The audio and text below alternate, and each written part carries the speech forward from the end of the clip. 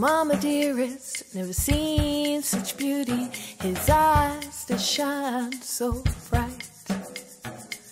Oh, mama dearest, never told me of such beauty.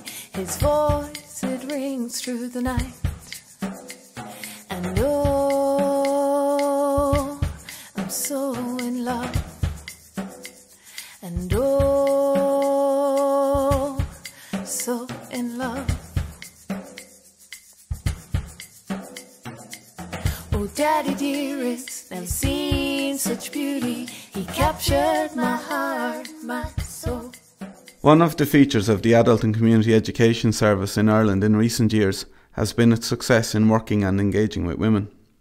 There is plenty of evidence, both research-based and experiential, which highlights the fact that men from marginalised backgrounds are less likely to get involved in second-chance education as adults. Traditionally, women would have been the big applicants, I suppose, for second-chance education courses or for any adult education course. And there would have been a huge push in the late 80s and the early 90s to get women involved in education. There's a history of women having built community education from community groups and being involved in community groups. And I think that that answered a particular need in women.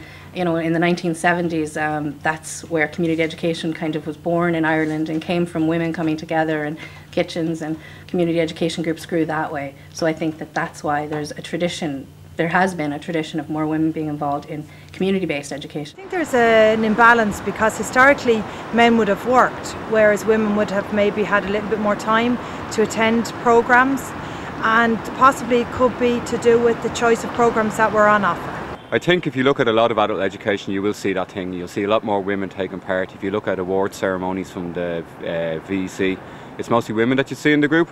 And I think probably a lot of that is down to do with lack of knowledge of what men are interested in, and lack of knowledge of what areas of study that they could be really engaged with, and a lack of knowledge about how would you go out and find that information out, how would you start to talk to men, or how would you find out what courses they want to do. The changeover in the type of courses that were being offered didn't happen straight away, and people assumed that men just didn't want to do courses. They never thought of it in terms of looking at the needs that men might have that would be different than women. That there was an assumption that men, if they want something, they will go after it, and that they didn't have to be encouraged in the same way as women. So our statistics for 2008 for people accessing adult community education is about 1/3 men and 2/3 women, which is actually quite good. But we would have made a lot of effort in trying to get men involved and to target men for the education programmes. The reason why adult education is necessary for men is as varied and diverse as each individual's life experience. I done primary education for 6 years, and that was all the education I had before I went back to adult education 3 or 4 years ago. I left school when I was 14.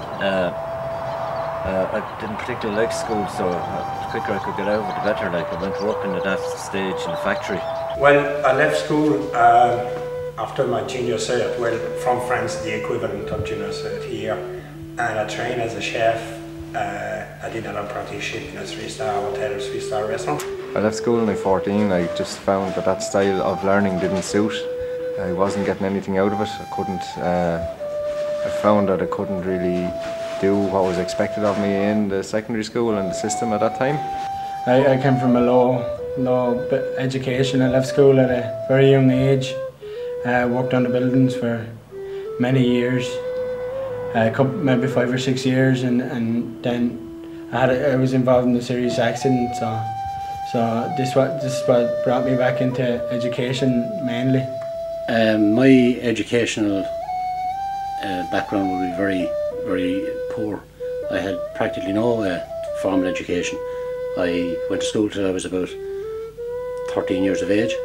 I then went to work after I actually did pass the old primary cert, but I packed up school after that because I needed to get out work.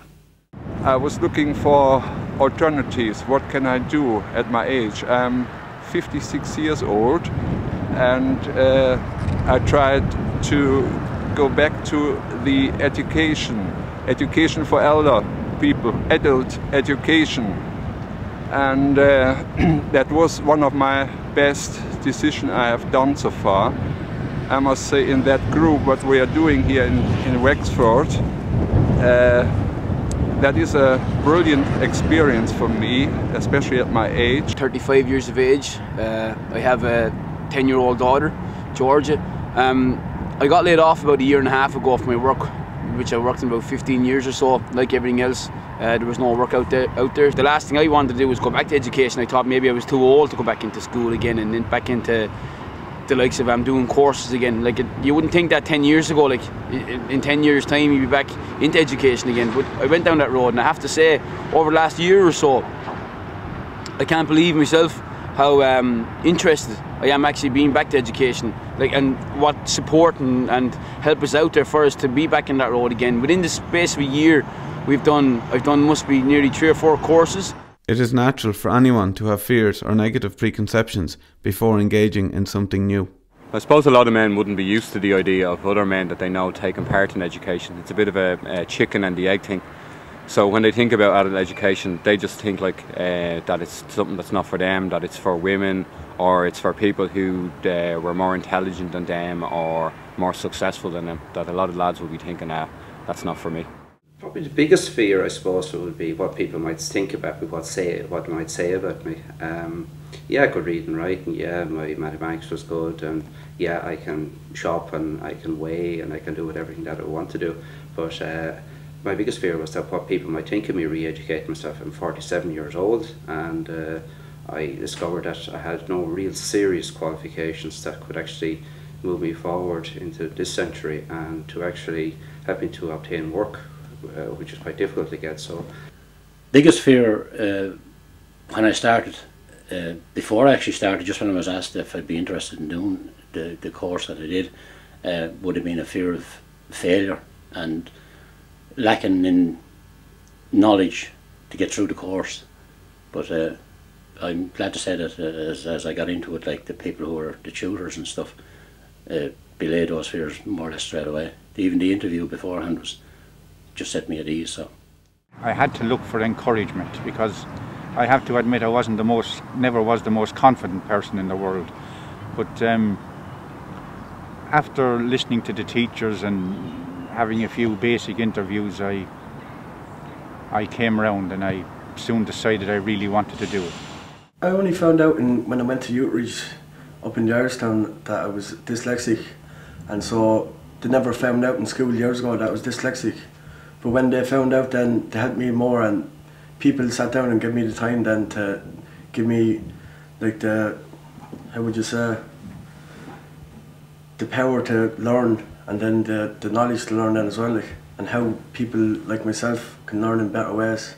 For many years there has been a perception that it is hard to get men involved in adult and community education. I think that if you're not providing what people want, they're not going to accept it, and why should they?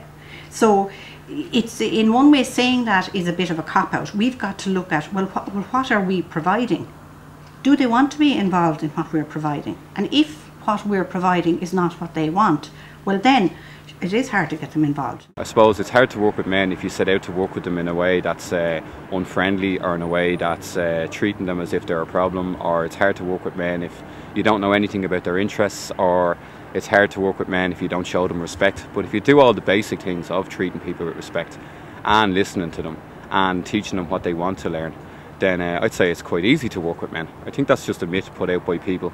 I think it takes a mind shift on our parts, on service providers, to think about how we develop and deliver our programs, and getting men involved in the development and design stage. You know, I don't think now that it's difficult to work with men. I think you just need the right environment and the right atmosphere. Courses have to be relevant, and I think in that case then it becomes easy to work with men. We would have thought of that slogan definitely 6 years ago. And hard is probably the wrong word. Challenge is definitely a word, and something that we need to challenge ourselves on. But in saying that, like in this last 18 months, by addressing the challenge, by saying yes, we weren't getting the men involved and putting programs in place, I think we've thrown that theory out the window. Contemporary trends indicate a growing number of men are re-entering education. Well, I decided to go back to education because I'm a painter and decorator by trade, and the economy has slowed down and work has slowed down. So I decided to take a stab at going back to education. I always wanted to go to college when I was younger, and I never got the chance, and the opportunity came up, so I decided to take it. I believe it's a great opportunity for everybody who wants to go back to school first. I find it very interesting, and I believe for me to make up my mind to go back to school, that means anybody can go back to school if you really want to go back to school anyway. So I'm happy to be in the group I am now, studying community development course, and I hope I'll go further from there. I knew that there was more I wanted to do and more I wanted to give back to society and use my life learning experience really. I went into the adult education section. 1995 I went back to education through the VITAS thing in New Ross and done that for 2 years, and that kind of gave me the impetus to learn, to do a few courses, and I went on the Engage course with a group of men in New Ross there last year, and that was the best thing I kind of ever done. Well, I went back to education with another man, a friend of mine, and funnily enough both of us had suffered strokes, so we were partially disabled, him more so than me, but I had to overcome all that and just get on with it, and after the 3 years was up, the two of us thought we'd fared very well. One of the big things would be for anybody out there who feels that they should get back into education, maybe they're at a loose end or something, and they're like me, I'm 57 years of age now, don't let the lack of education stop you from getting back into education. The big problem for me is self-motivation. I have a major problem with procrastination around doing essays and so forth. I have no problem studying and reading, but when it comes to sitting down and writing the essays, I find it difficult, and the way around that for me has been to work with other people, to do sort of teamwork. I found that I can work better when I'm bouncing ideas around with somebody else. Never too old. It's never too late.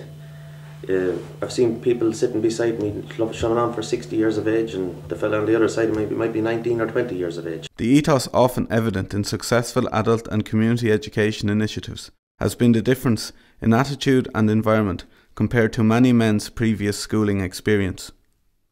It's very open to ideas, and also it's an overall education. It's not a specific. You can involve other media or other field within specific studies, which is great. It's not aim, or you're not in a corridor.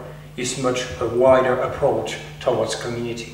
It's totally different. Like when I went back to education as an adult, it was completely different, really relaxed.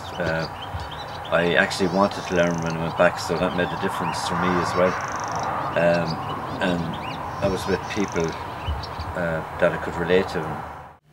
It's a lot different the way our teachers talk to you. You're more kind of equal to them than they're looking down on you, and they try to help you even better when you're an adult more than when you're a child. The background with me in school would have been that it was a regime that you come into a classroom, you had to be quiet, you sat in your position, you done what you were told, you got up, you moved, you left, you came, you eat, all in a disciplinary type format. But in adult education it was totally different in that we came into a relaxed atmosphere, and the way of learning was so positive and so different, and the way you learned was facilitated by the VEC, that we could progress and learn at your own pace.